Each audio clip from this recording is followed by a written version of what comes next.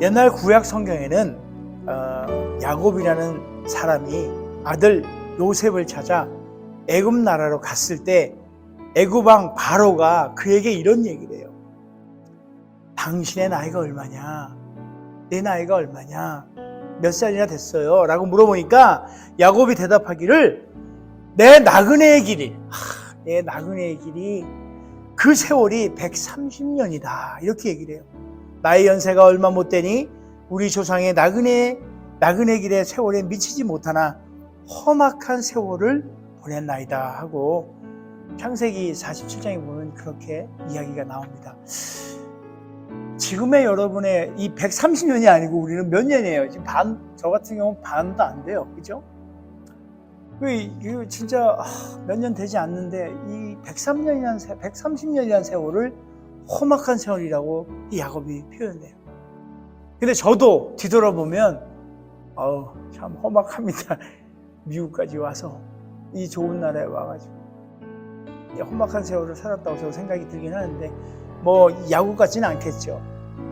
그러나 어찌됐든 간에 우리의 일생이 이렇게 야곱의 고백처럼 나그네의 삶을 살아가는 것 같아요. 성경은 이곳저곳에서 인생을 표현할 때 아주 많은 곳에서 나그네라는 표현을 많이 써요. 다윗 왕이 하나님 향하여 말씀 중에 주 앞에서는 우리가 우리 열조와 다름없다는 게 우리의 조상들과 다름없이 나 또한 나그네와 무고한 자라 세상에 있는 날이 그림자 같아서 머무름이 없나이다. 이렇게 표현하고요.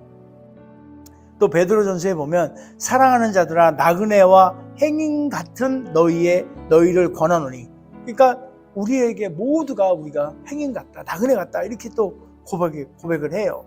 그 다음에 레위기에도 보면은 너희는 나그네요 우거하는 자로서 나와 함께 있으리라. 야, 이게 참 보면은 인생이 나그네와 같다 이런 말들을 성경은 얘기해요. 자, 그렇다면 그 인생이 나그네와 같다는 게 무슨 뜻일까요?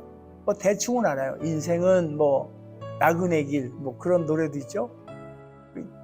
최희준인데 모르죠. 잘 옛날 하시는 분인데 그 시도 그러잖아요. 인생은 나그네 길, 어디서 왔다 어디로 가는지 모른다 이런 이제 세상도 그렇게 고백을 합니다.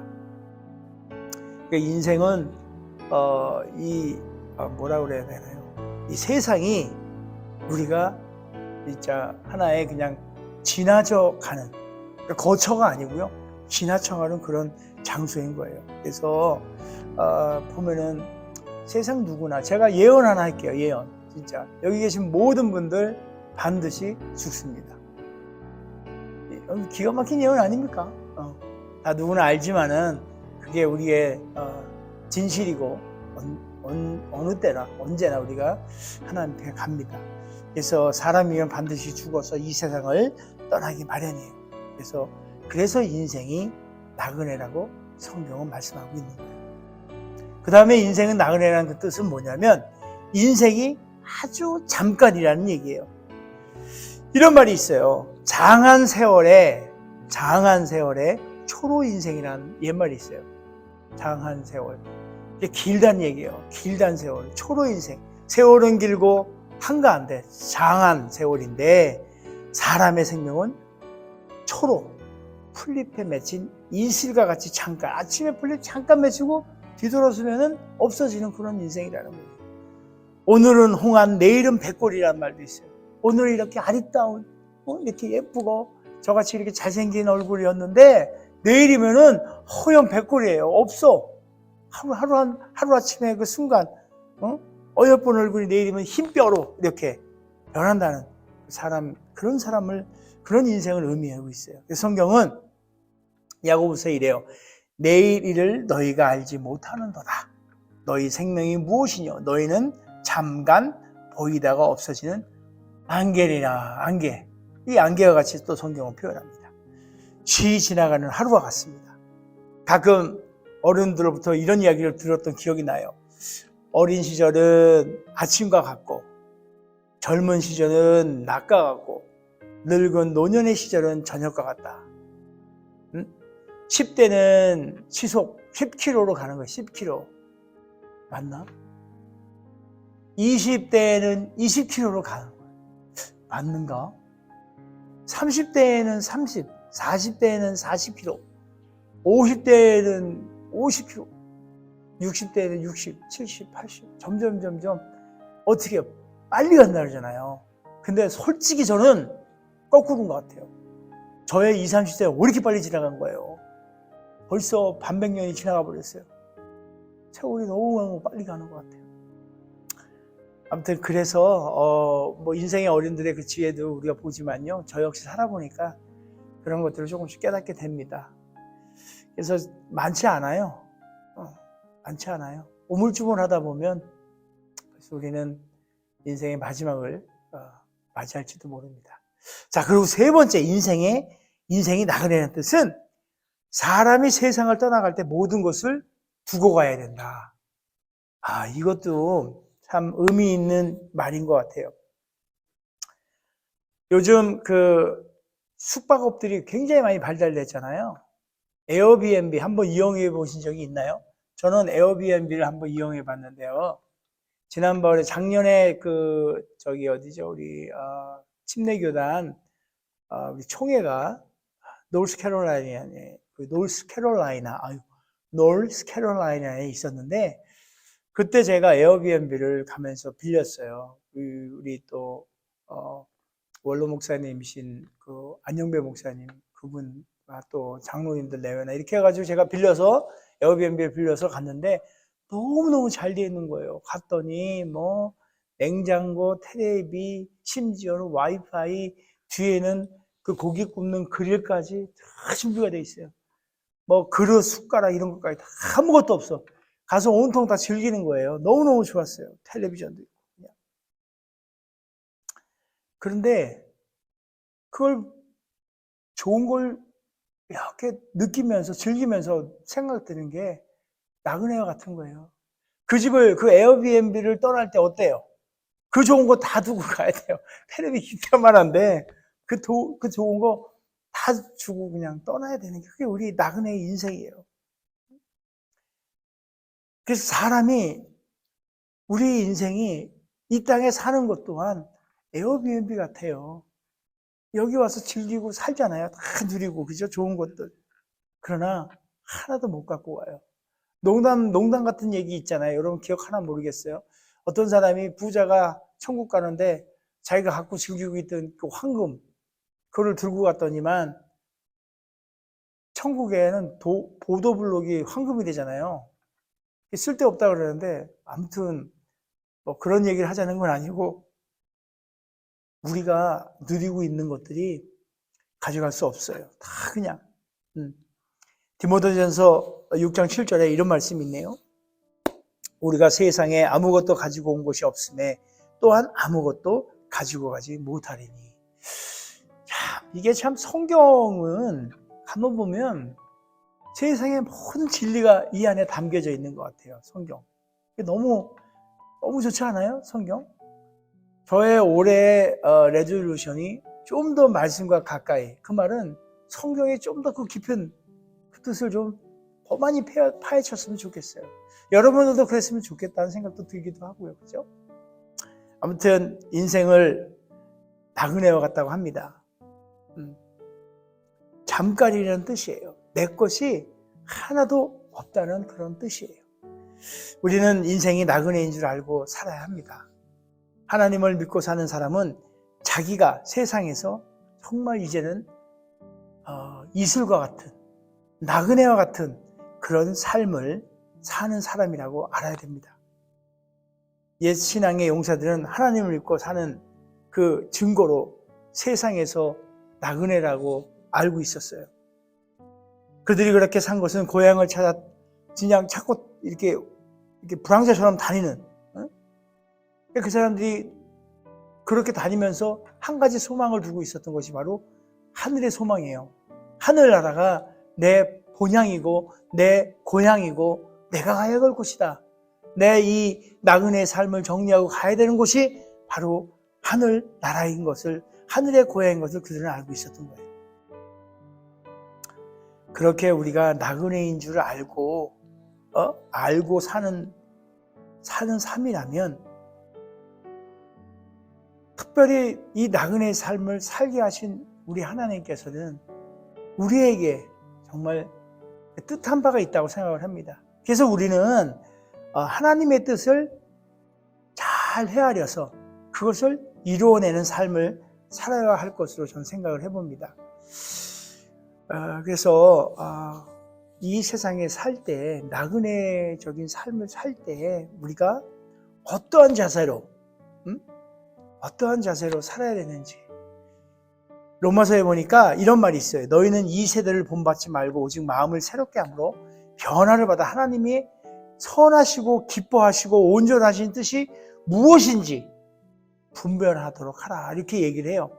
그러니까 우리가 나그네의 삶을 살면서도 하나님의 그 뜻을 우리는 발견하고 그 뜻에 맞는 행동을 갖고 살아야 돼요. 그래서 제가 오늘 함께 나누고 싶은 가장 큰 말씀은, 나그네의 삶을 사는 자로서의 그 신앙인의 삶을 살 때에 어떤 자세로, 어떤 신앙을 가지고 살아야 되느냐, 이걸 한번 나누고 싶은 거예요. 이곳이 결코 영원한 곳이 아니기 때문에, 하늘 고향을 향해 가는 사람이기 때문에 그 하늘 고향으로 가면서 우리의 어떤 신앙인의 삶, 자세, 태도 뭐 이런 것들이에요. 여러분, 나그네 삶을 살고 있나요? 근데 나그네 삶이니까 아예 여기 대충 살다가 그냥 대충 하고 그런 거 아닌 거 아시죠?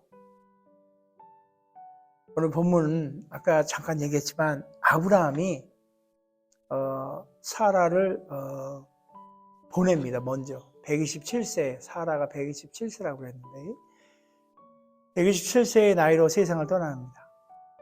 사랑하는 아내를 잃은 슬픔은 말로 다 할 수 없을 거예요. 슬픔, 아픔 이런 속에서 그 아내의 죽음을 맞이한 아브라함은 그럼에서도 불구하고 하나님과의 약속, 바로 그가 나그네의 삶을 살면서 해야 될 그 일들, 자신이 해야 될 일들을 잊지 않은 거예요, 아브라함은. 그래서 우리가 어떤 믿음의 사람이다라고 얘기할 수 있는 건지도 몰라요. 과연 그 일이 무엇이냐? 해야 할 일이 무엇이냐? 2024년 한 해 동안 어떤 모습과 신앙을 갖고 살아야 할지에 대해서 오늘 한번 생각했으면 좋겠어요. 자, 6가지로 생각할 거예요. 6가지로 한번 띄워주세요. 6가지를. 첫 번째로는요, 우선 우리의 신분을 분명하게 알아야 해요. 우리의 신분을. 그러니까 우리가 누군지를 잘 알아야 되는 거예요. 그러니까 잠시 잠깐 나그네로 살면서 자신이 정말 이 세상에 진짜 이렇게 수천 년을 살 수 있고 그냥 영원히 살 것 같은 그런 자신이 아니에요. 우리는 잠시 잠깐 지나가야 될 나그네의 신분임을 잘 알고 있어야 돼요. 세상의 마음을 탁 붙여가지고 난 여기서 영원히 그냥 이거 붙잡고 살 거야. 세상 것만을 위해 사는 사람이 아니고 다 두고 떠나야 되는 거예요. 본향을 향하여, 진짜 본향을 향하여 가는 사람, 그 신분임을, 나그네의 신분임을 우리가 명심해야 되는 거예요. 자, 두 번째로는요, 인생의 어떤 본질을 알고 세상적인 욕심을 버려야 해요. 욕심을. 한 예예요. 여행하는 여행자들이 있었어요. 근데 어느 마을을 이렇게 지나가다가 랍비를 만나요. 랍비를, 아주 훌륭하신, 거룩하신 랍비를 만나는데, 그 랍비는 그 마을에 그냥 평생을 사는 거예요. 거기서 늘 그냥 그 마을에서 보내는 거죠. 늘. 근데 이 여행자들이 랍비의 처소를 딱 들렸어요. 훌륭하고 아주 거룩하다고 하니까. 딱 가보니까 랍비의 방에 보니까 달랑 그냥 성경 공부하고 있는 그 책상 하나, 의자 하나, 그리고 한쪽 구탱이에 침대 하나, 아주 단촐하고 조촐하게 가구가 꾸며져 있어요. 그래서 이 여행자들이 이제 랍비한테 물어봐요. 아니, 선생님, 도대체 가구들은 어디 있나요? 소파도 있어야 할 것이고, 식탁도 따로 있어야 할 것이고, 여러 가지 등등, 기타 등등에. 그랬더니, 이 랍비가 하는 말이 여러분들은 그럼 가구는 어디 있습니까? 여러분의 가구는 어디냐고 물어보는 거예요. 좀 이상하죠? 아니 선생님 당신 가구들은 좀 어디 있냐? 너무 휑해요. 이랬더니 그 랍비가 되묻는 거예요. 당신들의 가구는 어디 있습니까? 그때 이 사람들이 의아해서 아니 우리는 여행자인데 무슨 가구예요? 뭔 소리 하는 거예요? 그랬더니 랍비가 하는 거예요. 우리의 인생이 그렇다. 나는 나그네고 내가 당신들 같이 이 세상을 그냥 여행하러 온 건데 내가 가구를 들고 다니면 그 많은 가구들을 어찌 내가 지고 여행을 하겠느냐. 여러분들도 간철하게 이렇게 놨듯이 우리의 인생이 그렇다라고 그런 얘기가 있어요. 우리가 깨달음이 필요해요. 우리도 필요 없는 물건을 정말 지고 다니려고 그런 어리석음에 있지 않는지 세상적인 욕심을 다 버릴 때 정말 가볍고 자유로운 삶을 어쩌면 영위하지 않겠는가라는 생각을 해봅니다. 요즘 유행하잖아요. 미니멀라이즈. 간편한 거. 이것도 뭐고 저것도 뭐고. 제가 누구라고 실명은 안 하지만 햇반 먹으면요. 이렇게 플라스틱 용기 아주 예쁜 게 생겨요. 그거 반찬 담기 참 좋아요. 그렇죠?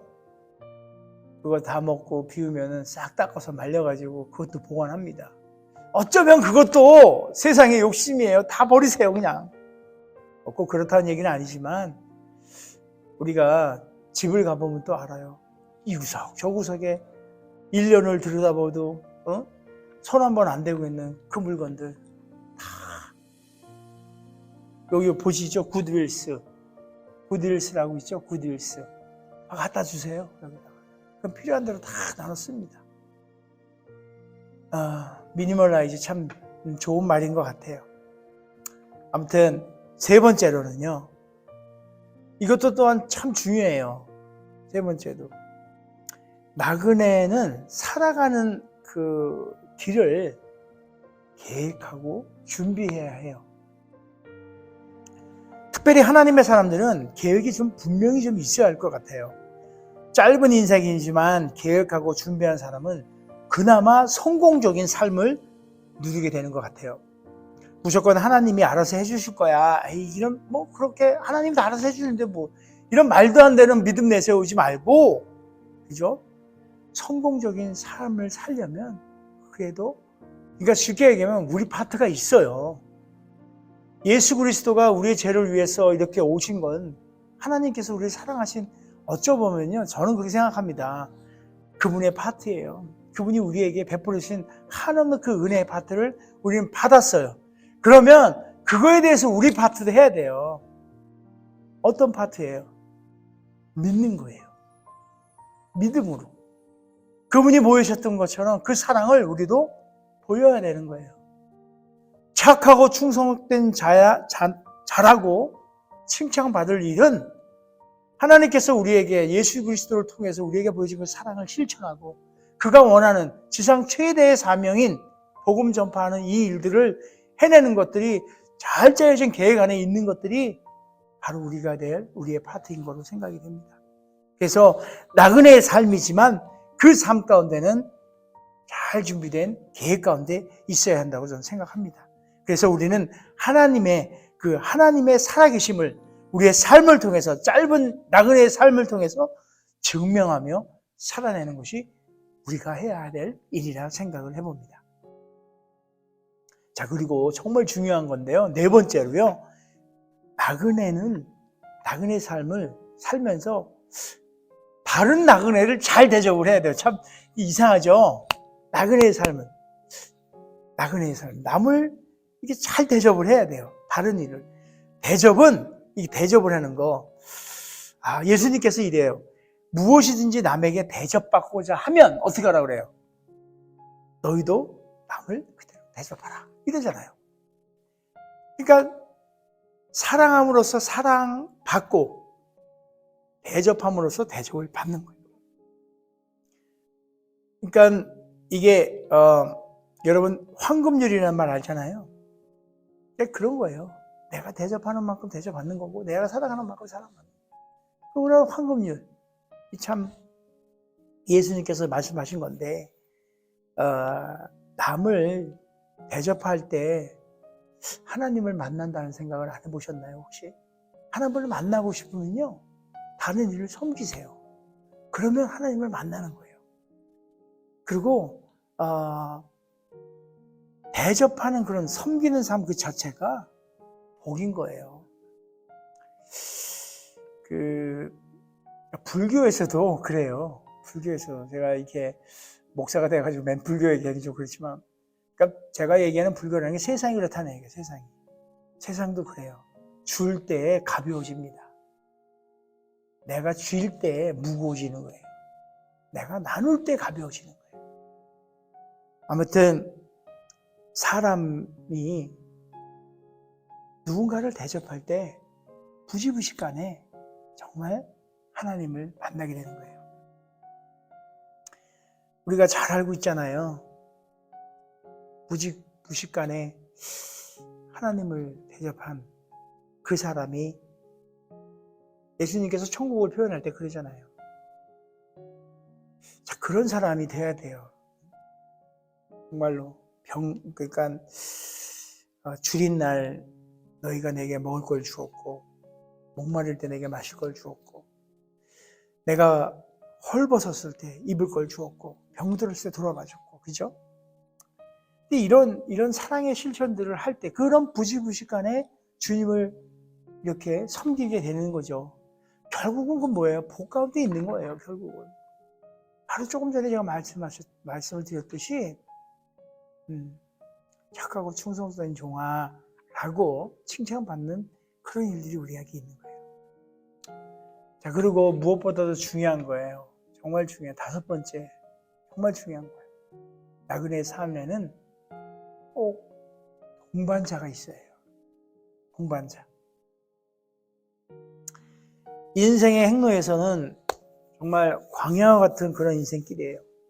광란의 파도가 이쪽에서 몰아치면 파도가 이렇게 떨어진다 싶으면 저쪽에서 또 몰아치고 이 일을 해결했다 싶으면 또 다른 일들이 덮쳐오고 전에 제가 한번 말씀드렸죠.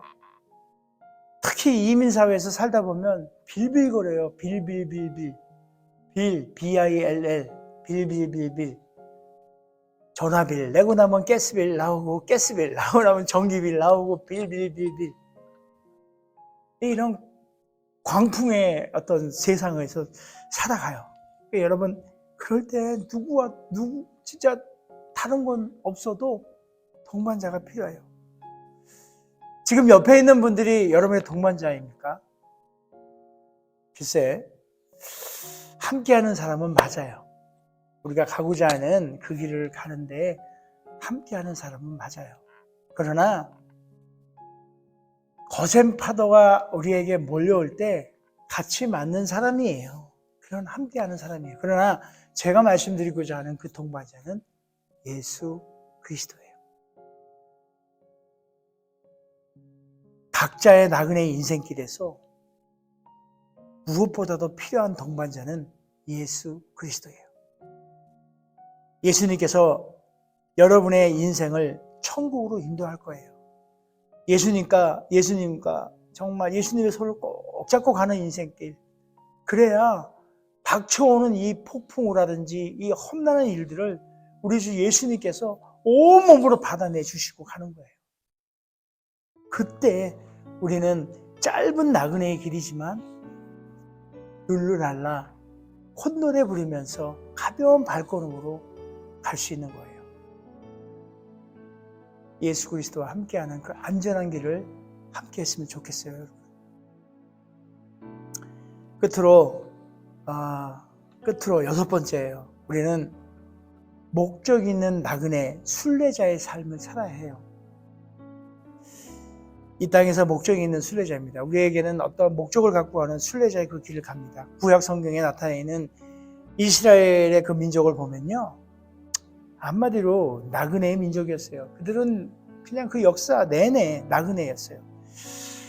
하나님께서 이스라엘 민족을 통해 우리에게 진짜 보여주고 싶어하는 그 교훈은 두 가지로 제가 보는데요. 하나는 인생 모두가 나그네다. 우리의 모든 인생은 나그네. 이스라엘 민족을 통해서 모두가 나그네다.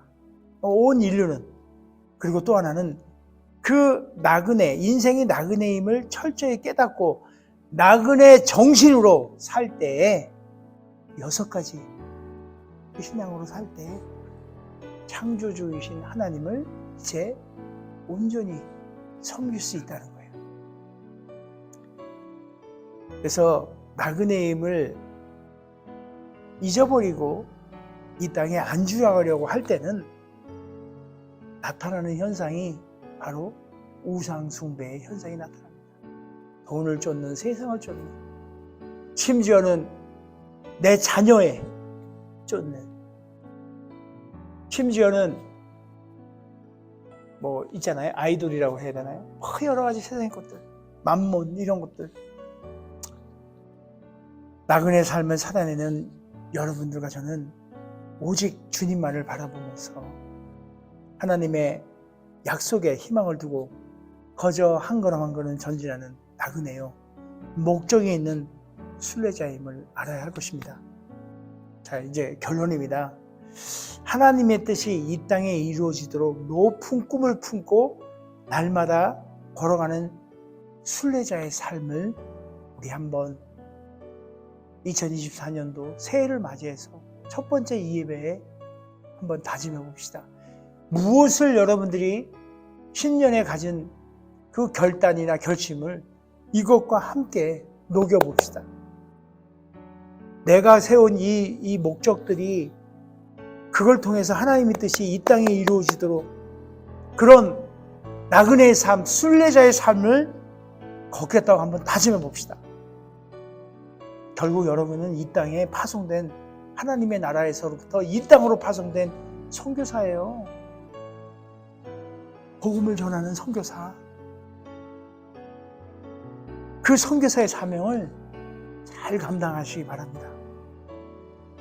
2024년을 시작하면서 여러분이 세운 그 레졸루션, 그 귀한 레졸루션. 저는 말씀을 더 가까이 하겠다 했죠. 말씀을 가까이 하겠다는 그 레졸루션을 가지고 지금까지 나는 이 신앙인의 모습으로 잘 접목해서 보다 알차고 기쁘고 좋은 열매가 저의 인생 가운데 주렁주렁 열려가는 그런 인생의 여정이 되기를 간절히 소원합니다. 우리가 누구든지 나의 신분을 잘 알고 세상의 욕심을 내려놓고 나그네의 삶이지만 그 삶을 계획하고 다른 이들을 잘 섬기며 예수 그리스도와 함께 동행하는 순례자 나그네의 삶을 살아내는 우리 모두가 되기를 주 예수 그리스도 이름으로 축원드립니다.